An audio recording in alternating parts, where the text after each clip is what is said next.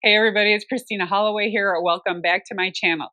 So, you're in a meeting or maybe a hallway conversation. Someone leans in and says, "Don't tell anyone, but so and so is struggling." They say it like they're doing you a favor, but in your gut, it feels wrong. So, how do you respond when a colleague or stakeholder shares gossip as a form of trust building and it makes you uncomfortable?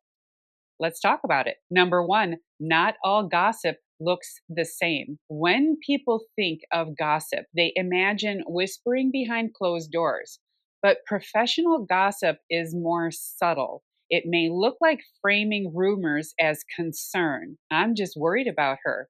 It may come across as using information to bond. "I trust you with this." Most importantly, it can be used and very often is used to gain leverage, just so you're not blindsided. It sounds helpful, but it feels manipulative. And that's part of the real issue. If they're saying this about someone else, they're probably saying things about you too. And it's really problematic when it comes from someone who has authority, is new to your circle of influence at work, and it's used in the beginning as a way to build trust quickly. It's a pretty broken approach to building trust, and the people who use it really don't understand how it can work against them. Number two, why this happens. People share gossip for a variety of reasons, but at work, it serves some specific purposes, like helping someone feel important. "I have information that others might find valuable." Gaining allies, especially if the gossip works to the advantage of a group of people. Controlling a narrative. This reason is damaging, especially if it's an overreaction to damage control. Or, worst case, to test your loyalty. Keep in mind, it's not always malicious, but it is a signal. This is definitely a political move. And you can make the assumption that someone who navigates their work environment by sharing information, whether it's gossip or other sensitive information, is a person who is comfortable with a political environment. This is information that will be useful for you because these are people who believe influence comes from inside information, not earned trust. The real message isn't, "This is just between us."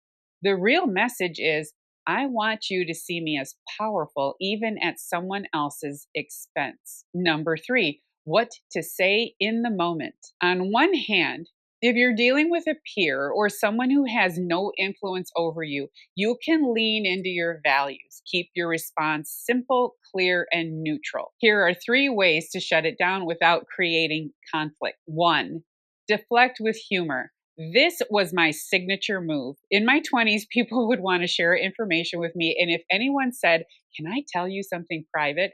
I would immediately say, "Ooh, you may not want to tell me that. I have a big mouth." And that was true. And it still is. Two, stay neutral. That sounds tough. I hope they're getting the support they need. This diffuses the gossip and takes the bite out of the narrative. Three, set a boundary. I try to stay out of things that don't directly involve me. You don't need to challenge them. Just make it clear you're not playing.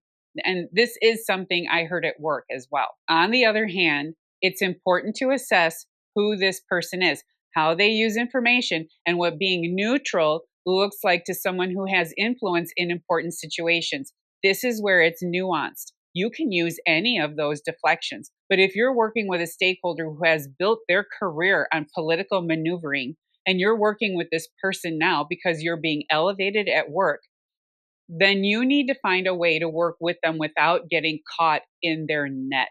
Number four, protect your reputation. If someone repeatedly brings you this kind of gossip, you need to shift the dynamic. Stick with the last two approaches, staying neutral and setting a boundary. It's more professional. It builds your reputation on strong values, and it communicates that you'll work effectively with that person, but the gossip stuff is not your style. Make your values obvious in your own communication: respectful, direct, professional.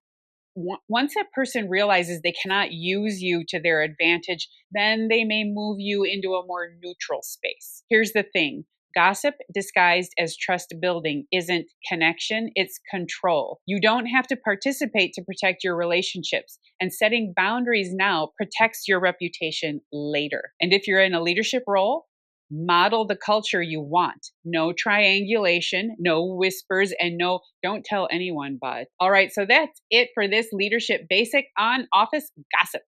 If you've dealt with this, tell me how you handled it in the comments below. I would love to hear about it. And don't forget to subscribe for more 5-minute career wins just like this one. Thank you for watching, and I'll see you in the next basics video. Bye.